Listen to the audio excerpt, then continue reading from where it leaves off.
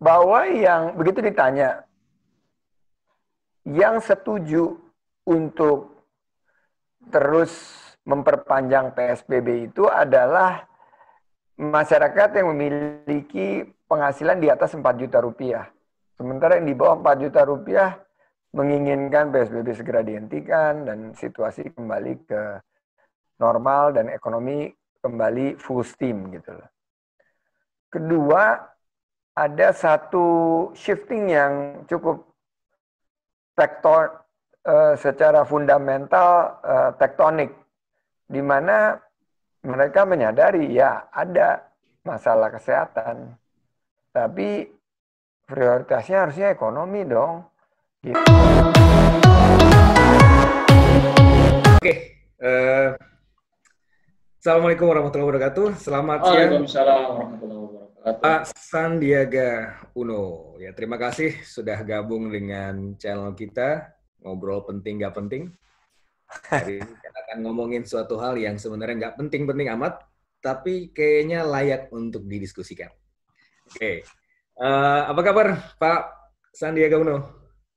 Alhamdulillah, dan hari ini saya ingin mengucapkan happy birthday, selamat hari jadi, kalau kata orang-orang yang senior, selamat hari lahir untuk Bapak FFH, Pak Fitroh. Faisal, semoga sehat walafiat, panjang umur, berikan sisa umur yang barokah, dan semakin bersinar dalam karir untuk menyebarkan ilmu yang membawa berkah. Amin. Amin. Terima kasih Pak Sandi Uno, gitu ya. Mengingatkan saya sudah bertambah 1 tahun lagi umur saya, gitu. Sudah hampir 40. Ya, saya kalau ngelihat HP sekarang harus lepas kacamata, kayaknya harus nambah plus. Life begins, dulu ada yang bilang life begins at 40, tapi itu udah di-revise. Di-revise ya? Sekarang life begins at 60. 60, oke, gitu. Lifespan kita tambah panjang, itu menandakan bahwa kita semakin makmur ya, teknologi kesehatan juga semakin yahut, sehingga bisa lebih panjang lagi umurnya. Amin, insya Allah. Amin. Oke, nah Pak Sandi, kita akan ngomongin masalah pemulihan ekonomi nasional. Ya, ini suatu hal yang menjadi topik menarik selama beberapa pekan terakhir. Bahkan Pak Jokowi pun sudah marah-marah, diomelin semua menterinya, ya, karena kok anggaran nggak keserap-keserap, gitu. Nah, kita juga punya temuan yang menarik nih, Pak Sandi, mungkin bisa disampaikan 5 menit oleh salah satu peneliti kita, Gradi Negara. Silakan Gradi, mungkin bisa disampaikan beberapa hal. Oke, siap. Izin Pak Sandi, saya singkat menyampaikan. Bangga. Oh. Pak Gradi. Nah, ini Pak Sandi dan kawan-kawan semua, ini temuan kita. Jadi kita melihat dari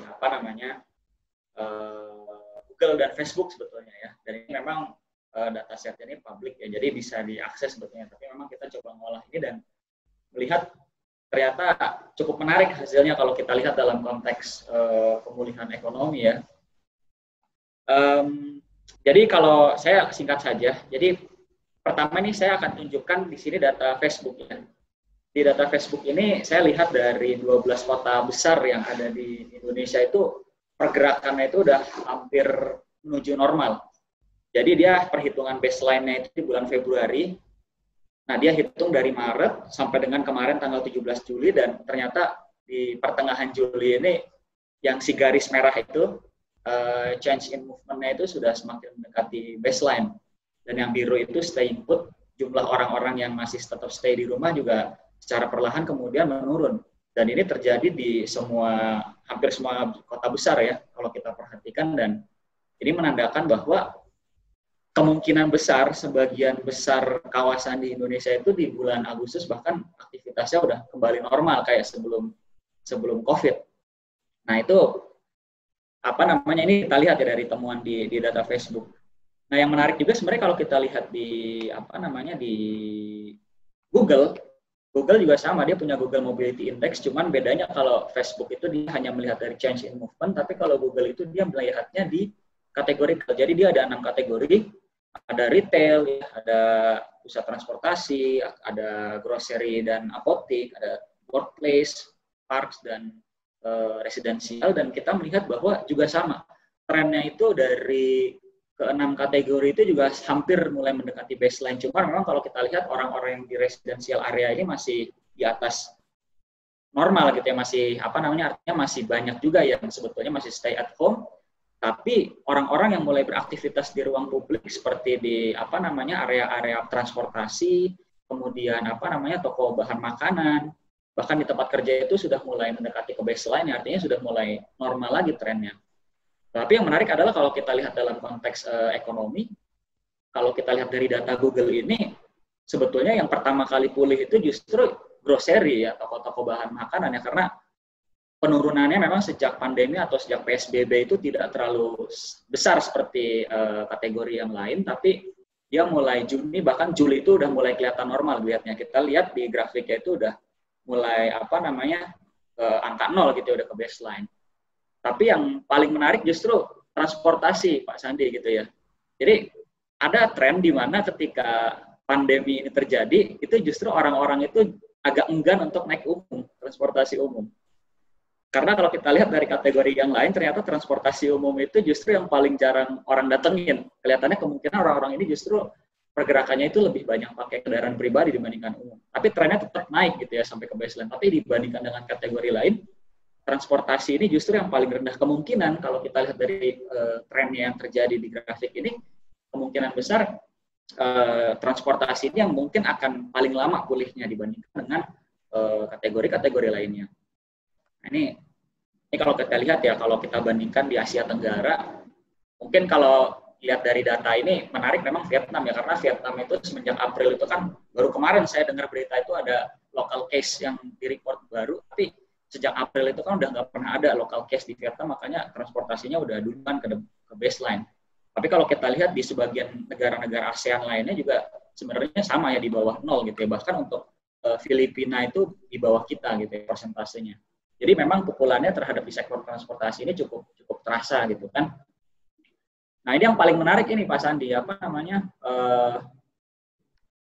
jadi yang menariknya adalah memang karena kita ini kan sudah di era adaptasi kebiasaan baru ya, yang sebelumnya kita sebut sebagai new normal.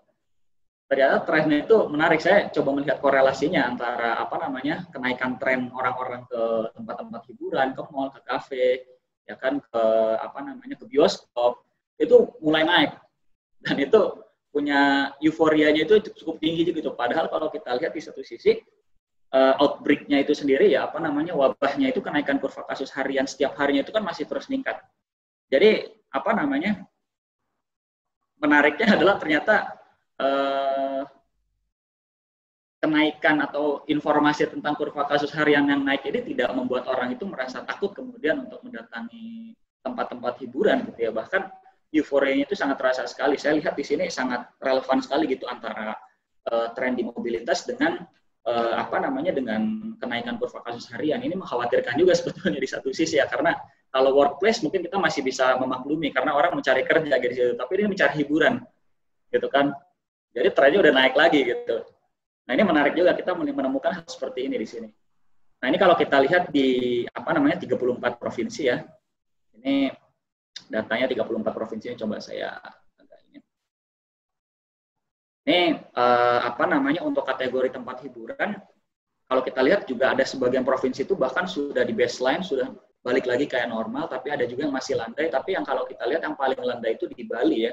Di Bali itu angkanya paling rendah dibandingkan dengan provinsi lain, yang kemungkinan kalau kita prediksi dengan melihat kasusnya seperti ini, kemungkinan Bali itu akan paling lambat untuk sektor pariwisatanya itu bisa pulih. Seperti itu ya. Nah ini ya sedikit catatan ya, karena saya hanya presentasi singkat saja, tapi intinya adalah kalau kita lihat ya tadi ya, sektor yang paling pulih itu ya pertama ya makanan, kebutuhan pokok, kemudian pariwisata, hiburan juga akan segera pulih, tapi yang paling lambat itu kemungkinan itu ada transportasi. Tapi memang kalau kita lihat, artinya apa? Artinya kalau kita lihat dari data ini, kebijakan relaksasi PSBB atau adaptasi kebiasaan baru ini, dia efektif sebetulnya kalau mau dalam kebijakan pemerintah ya pengen bisa memulihkan ekonomi itu, cukup efektif sebetulnya kalau kita lihat dalam jangka pendek. Tapi mungkin kalau dari segi jangka panjang kita tidak tahu ya, karena masih ada resiko kesehatan yang akan dihadapi, karena kan kenaikan kurva kasus harian ini kan masih belum ada tanda kapan untuk bisa mencapai puncak kemudian turun. Kita belum tahu sampai situ. Bahkan kalau kemarin hitung-hitungan kami di Max itu, kalau misalnya dia baru turun di September itu kan kemungkinan pertumbuhan ekonomi kita itu bisa minus 0,8%. Nah, itu kira-kira seperti itu. Mungkin ini bisa jadi temuan menarik. Mungkin itu Oke, menarik sekali, Grady, thank you.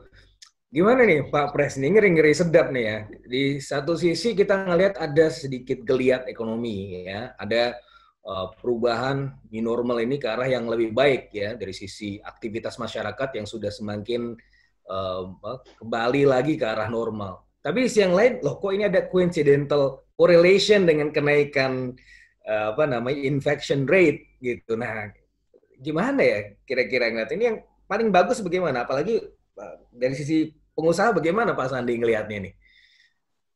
Saya ngelihatnya gini, birthday boy. Jadi kalau kita lihat,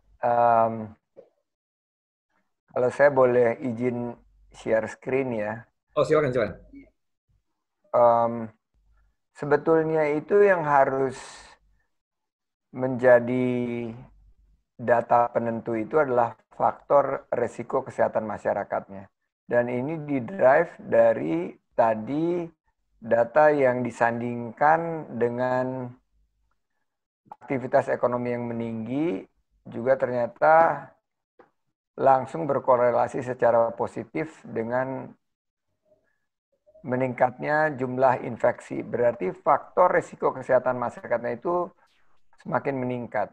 Dan saya melihat juga apa yang terjadi secara real, konkret di lapangan, di perumahan maupun di daerah yang padat, juga di pusat-pusat UMKM, ekonomi, di pasar-pasar.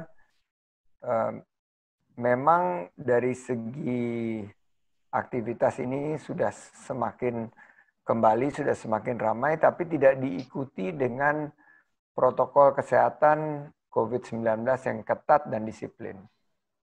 Jadi, new behavior ini belum embedded di perilaku dari masyarakat kita.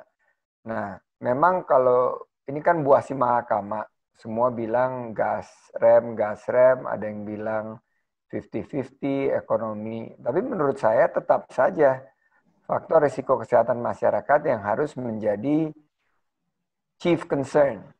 Nah, bagaimana kita bisa coexist antara, karena kita nggak bisa memilih ya, nggak bisa memilih kesehatan masyarakat aja atau ekonomi aja gitu. Tapi harus cari satu pendekatan bauran dari kebijakan. Ini yang policy mix ya, yang menurut saya para pengambil kebijakan ini, waktu saya di Pemprov DKI selalu ada dalam posisi bagaimana nih baiknya, karena you cannot have a cake and eat it too. Nggak bisa ekonominya bertumbuh, terus risiko kesehatan masyarakatnya juga rendah.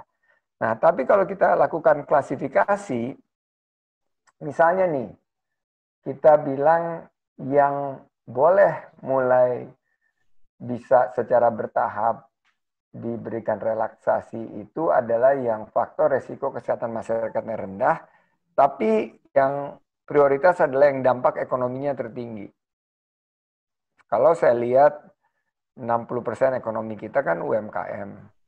Terus data terakhir nggak tahu berapa, tapi konsumsi itu adalah kontribusi terbesar dari ekonomi kita. Jadi mestinya pilih aja UMKM di sektor konsumsi dengan protokol kesehatan COVID-19 yang ketat. Ini yang kita sebut sebagai go zone. Nah, setelah itu baru kita masuk ke yang kedua nih, birthday boy Prof. Fitrah, bahwa pivot zone ini adalah industri-industri yang berkaitan dengan padat karya, tapi sudah ada dalam zona yang comply atau yang patuh terhadap protokol COVID-19 yang ketat dan disiplin. ini butuh kerjasama memang, karena kalau misalnya bicara pabrik kan ribuan yang ada di situ. Nah, yang menarik, perlu ada satu adaptasi yang cukup fundamentally different di check zone. Ini faktor-faktor tadi kenapa Mas Geradi bilang Bali adalah yang paling landai, karena Bali ini adalah di-drive sama pariwisata. Jadi bagaimana kita menciptakan, kalau NBA udah bikin tuh namanya bubble shortened season. Jadi dia menciptakan seperti kayak gelembung yang mudah-mudahan bisa menurunkan faktor risiko kesehatan bagi pemain.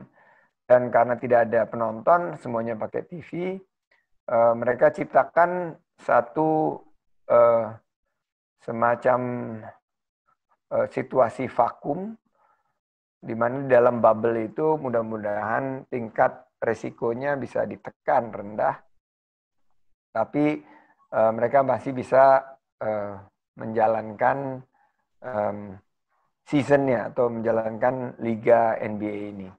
Nah, ini pariwisata kita kemungkinan harus lebih personalized, lebih customized, dan localized. Mungkin saya sekarang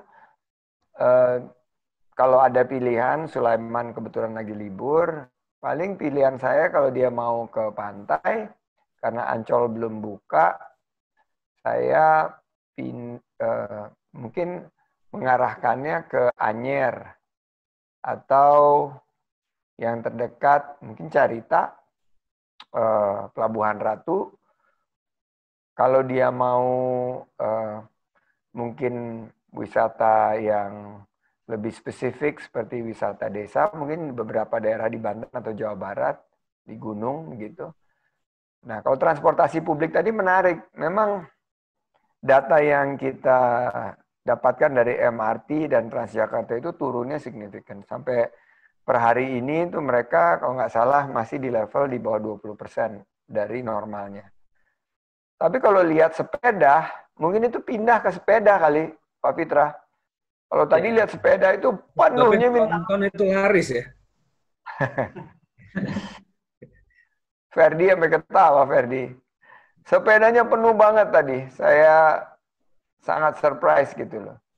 Dan pemerintah Provinsi DKI Jakarta melakukan adaptasi bahwa lane yang dikhususkan untuk pengendara sepeda sekarang sudah 2 lane. Jadi ini dari segi transportasi publik. Memang yang paling bola susah itu yang ada di kuadran di sini nih. Yang harus menunggu karena resiko kesehatan masyarakatnya tinggi. Sementara seperti kayak penerbangan, termasuk juga pertandingan sepak bola dengan penonton, MICE, Meeting Incentive Conventions Exhibitions yang non-online, ini juga akhirnya harus ada di wait zone. Tapi saya lihat Dubai lagi bereksperimen dengan Emirates menawarkan satu paket liburan ke Dubai akhir tahun ini dengan sistem bubble. Di mana kita naik Emirates itu semua sudah di take care, termasuk di dalam tiket yaitu PCR testing dan physical distancing yang bisa dilakukan di dalam pesawat. Dan sampai di sana, seandainya kita positif PCR-nya langsung diberikan karantina di hotel yang ditunjuk 14 hari. Kalau kita tanpa gejala dan seandainya kita ada gejala langsung diarahkan ke rumah sakit. Jadi seperti kayak medical tourism juga. Jadi menarik sekali tuh pendekatan Dubai. Mungkin Dubai bisa melakukan itu karena secara ya jauh lebih kecil negaranya dibanding kita, jadi mengaturnya juga lebih mudah. Jadi itu yang menjadi tanggapan saya tadi. Tapi yang menarik banget, memang data itu real dan menjadi leading indicator. Saya nggak akan kaget jika nanti, kan ini ada yang bilang -6, atau ada yang lebih bilang ada yang -8, -12.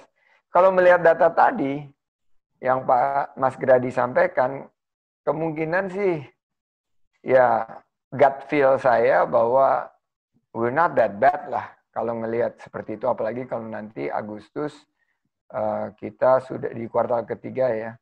Kuartal kedua dan kuartal ketiga ini kalau kita udah balik ke baseline mungkin bisa jauh lebih mendingan dibanding bukan jauh lebih baik ya, tapi jauh lebih mendingan dibandingkan dengan beberapa senario yang sudah dibicarakan oleh para ekonom-ekonom maupun para pimpinan yang sekarang mendapatkan tugas mengelola ekonomi kita. Nah, mengenai PEN sendiri, saya barusan berhubungan dengan Erick Thohir. Memang fokusnya adalah mengeksekusi berapa program yang kemarin ini sempat tersendat dan mengakselerasi dari realisasi. Saya pernah di Pemprov DKI, hambatan daripada realisasi program-program itu klasik sih sebetulnya. Kuncinya harus ditongkrongin dan digebrak-gebrak meja setiap kali, dan itu akhirnya bisa ada terobosan inovasi untuk lebih cepat menyerap dana-dana atau anggaran-anggaran yang sudah disediakan.